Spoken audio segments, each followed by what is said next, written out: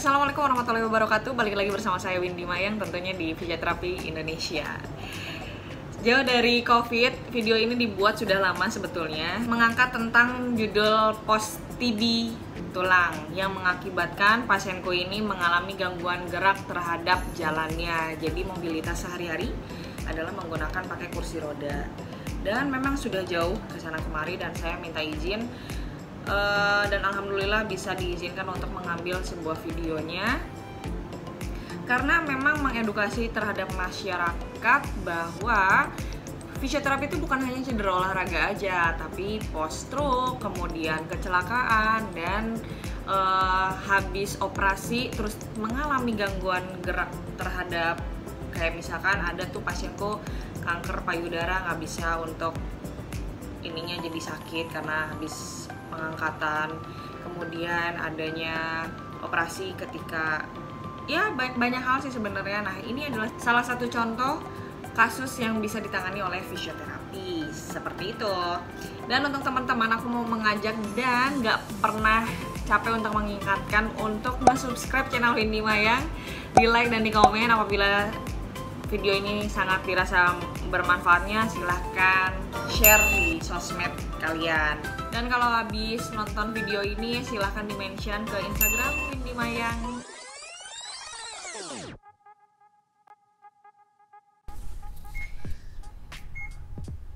Ini langsung ke jam? Langsung narik. Oke. Gua akan jelasin dulu ini kondisi pasiennya. Alhamdulillah bisa kita wawancara ya, karena pada dasarnya banyak banget yang bilang kalau di sini tuh spesialis tentang cedera, padahal enggak sama sekali tentang nanganin atau nyembuhin terkilir atau sakit dengkul dan lain-lainnya. Padahal fisioterapi itu menyangkut masalah neurologi atau enggak masalah tentang saraf. Nah, ini termasuk ke diagnosa neurolog,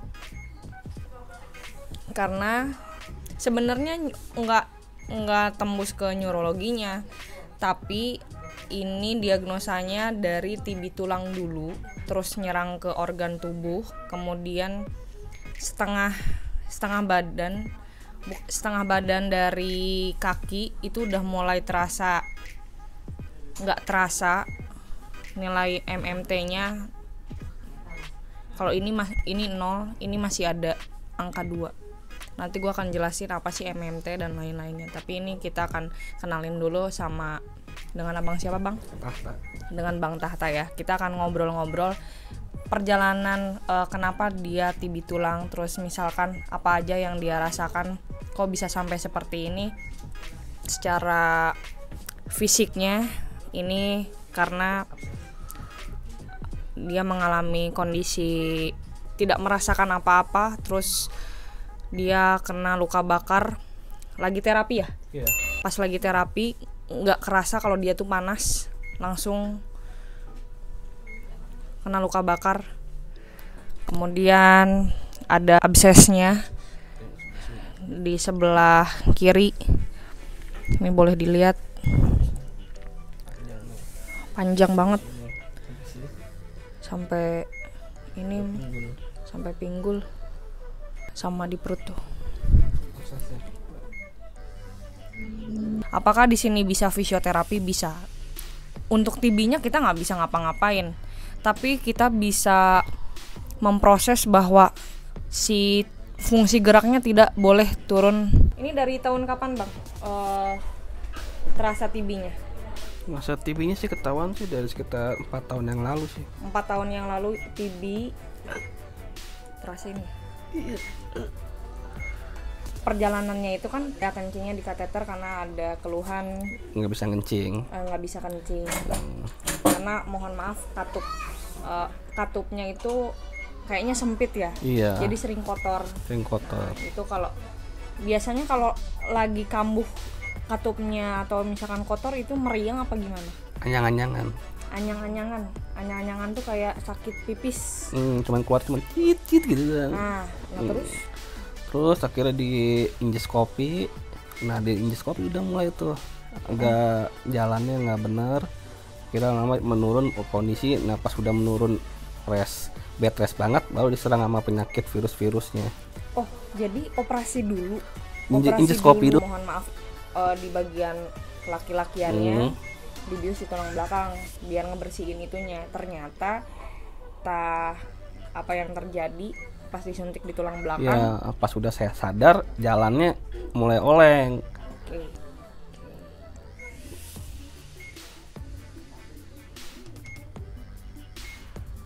Cuman tambahin kalau udah didiagnosis TB itu harus sampai tuntas. Ya, ini berapa bulan?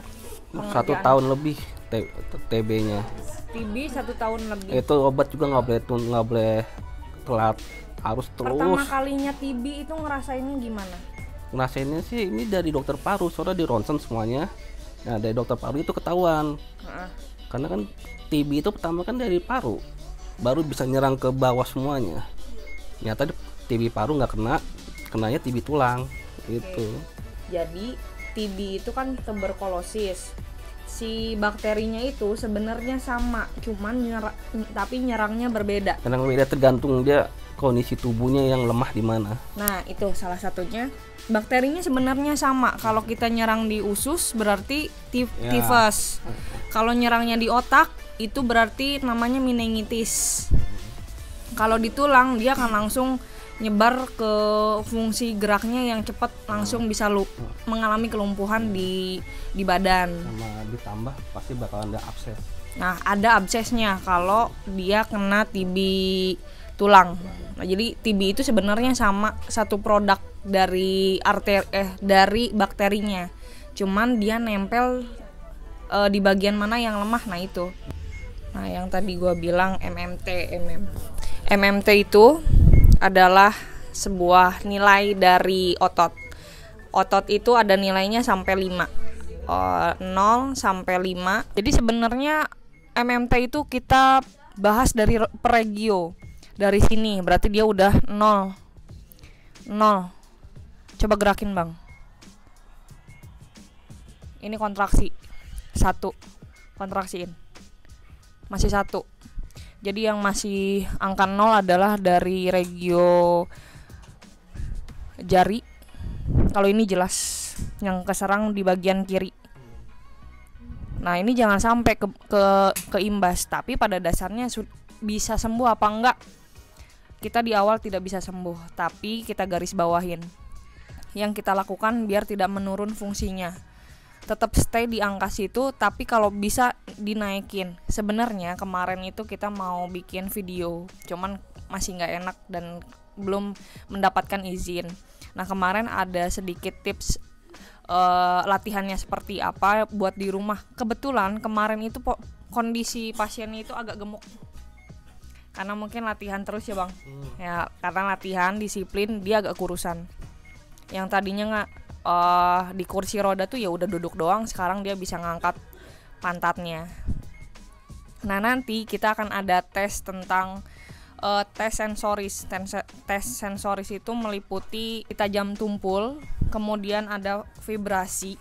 Vibrasi itu fungsinya untuk kalau orang yang tidak memiliki sensoris pakai getar juga nggak kerasa. Nah, itu adalah salah satu tujuan utama untuk membangunkan sensorisnya dia.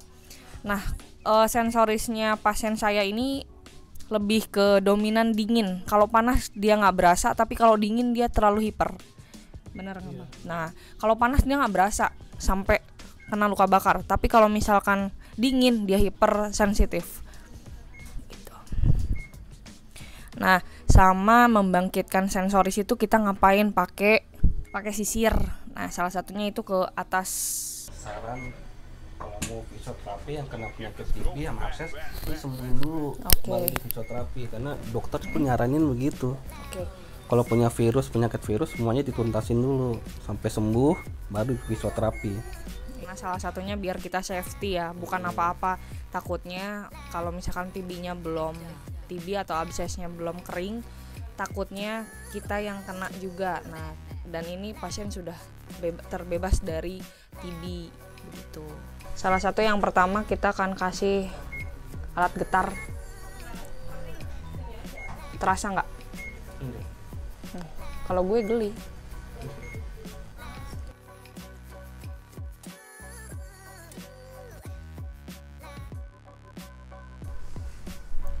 Jadi sampai sini nih.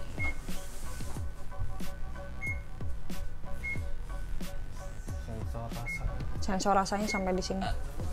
Di sini terasa tapi kalau di sini enggak.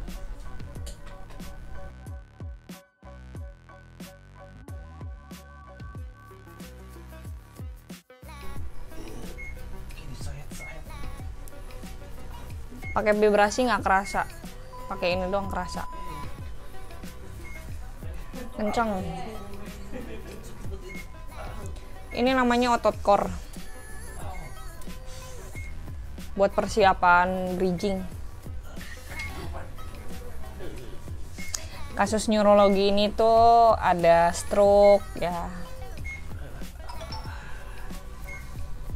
Terus kebanyakan nih sesar juga hati-hati, kalau disuntik di lumbalnya bisa banyak komplikasi juga.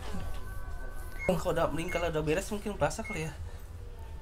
Salah satunya meringkal kan ototnya macet nih. Iya, makanya tunggu lurus dulu kali. Nah, mudah-mudahan ya.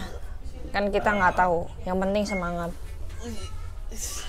Dan kondisinya beliau pakai akses kursi roda ya. Iya.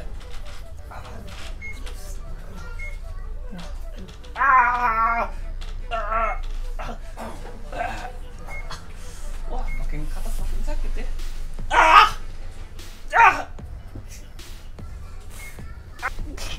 Kenapa di atas lebih sakit? Karena akses pengaktifasi ototnya lebih aktif di atas. Betul? Betul. Ya, karena di sini udah loss, ini loss. Jadi dari ujung sampai ujung ini 100% taruhnya. Karena mati sebelah, 50% hilang. 50% dibebankan ke sini. Iya. Tuh. Oh, kalau gue gini-giniin dia nggak akan kerasa karena dia loss. Karena nggak aktif otot. Kalau di bawah dimasas itu nggak kerasa. Jadi kita butuh yang di atasnya aja. Karena kita akan mengaktifkan tangan sebagai kaki. Dan pada dasarnya gini, pasien kan belum bisa untuk sendiri, jadi miring kanan, miring kiri itu masih dibantu. Salah satunya kita harus banyak bersyukur itu miring kanan, miring kiri. Kalau kita dikasih sakit, itu susah banget, harus pakai bantuan orang lain. Oh, ini udah sampai bawah. Ya, terus ini terasa sampai betis. Yang paling berasa di pantat. Paling berasa di pantat sama di tulang belakang pas kayak gini. Lakukan ini ketika mengalami sakit stroke, terus SCI, pernah kecelakaan terus nggak bisa jalan, dua kakinya ini bisa dilakukan. Lagi.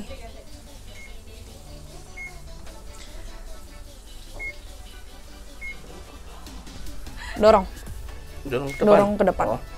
1, bagus ini. 2, 3, 4. Dorong. 1, lagi. 2. Nah, ini fungsinya. Nih, kita aktifin ini otot perut. Yuk, go. 1, lagi. 2, kencengin. 3, lagi. Masih nggak kontraksi ya, tapi kalau misalkan orang normal kalau diginiin dia akan kontraksi.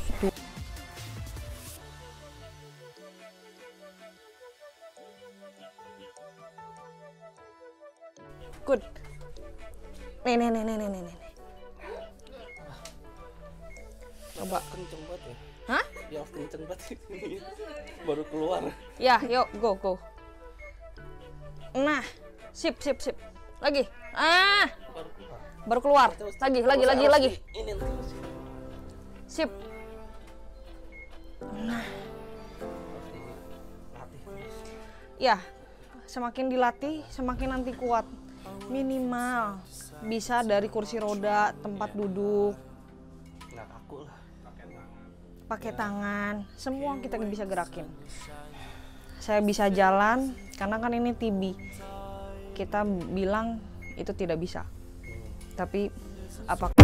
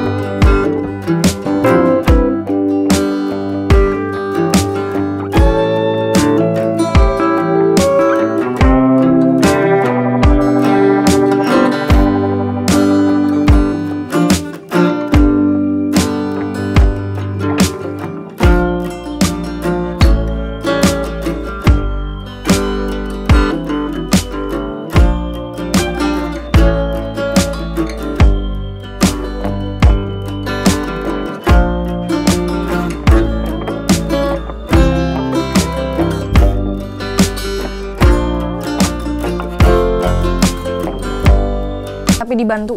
1 lagi, 2 turun. Wah, bagus. Wah, naik. Ini naik. Ya naik. Kemarin kan enggak. Gak tahu. Kemarin kan enggak. Nggak merhatiin. Yo. Ngos-ngosan. Shop. Oh, bagus nih. Kemarin ini nggak bisa ngangkat ini. Kalau kemarin ya. Keringat. Ini yang namanya parah. Wajah ngos-ngosan, men. Coba naik sendiri. Terus. Udah mentok di atas. Enggak, masih. Lagi. Naikin. Terus.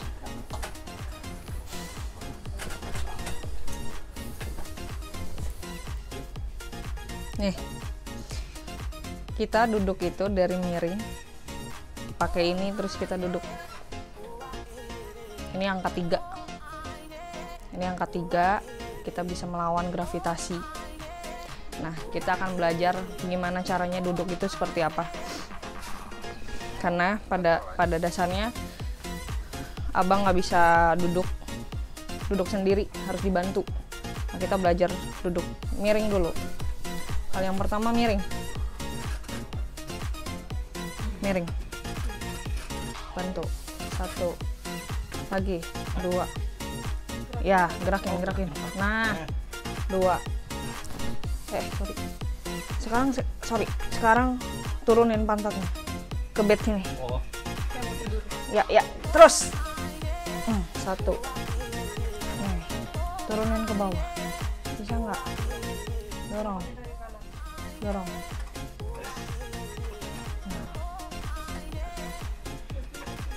Turun ya. Dorong pakai tangan, dorong pakai tangan. Ini, sini, sini, sini. Buat bangun, buat bangun. Oh, ini. Ya, terus, terus.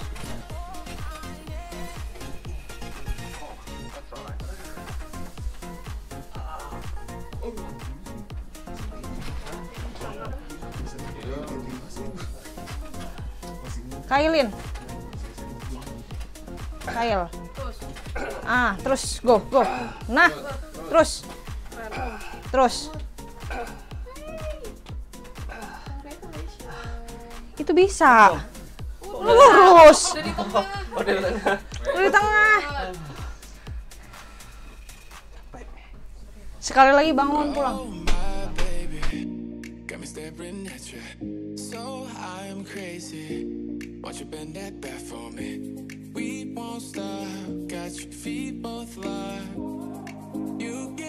Oke teman-teman, sudah selesai tentang treatment fisioterapi terhadap kasus post TB tulang. Kemudian untuk kurang lebihnya mohon maaf apabila ada kesalahan kata penyebutan. Dan apabila ada yang mau saran dan kritik boleh di kolom komentar.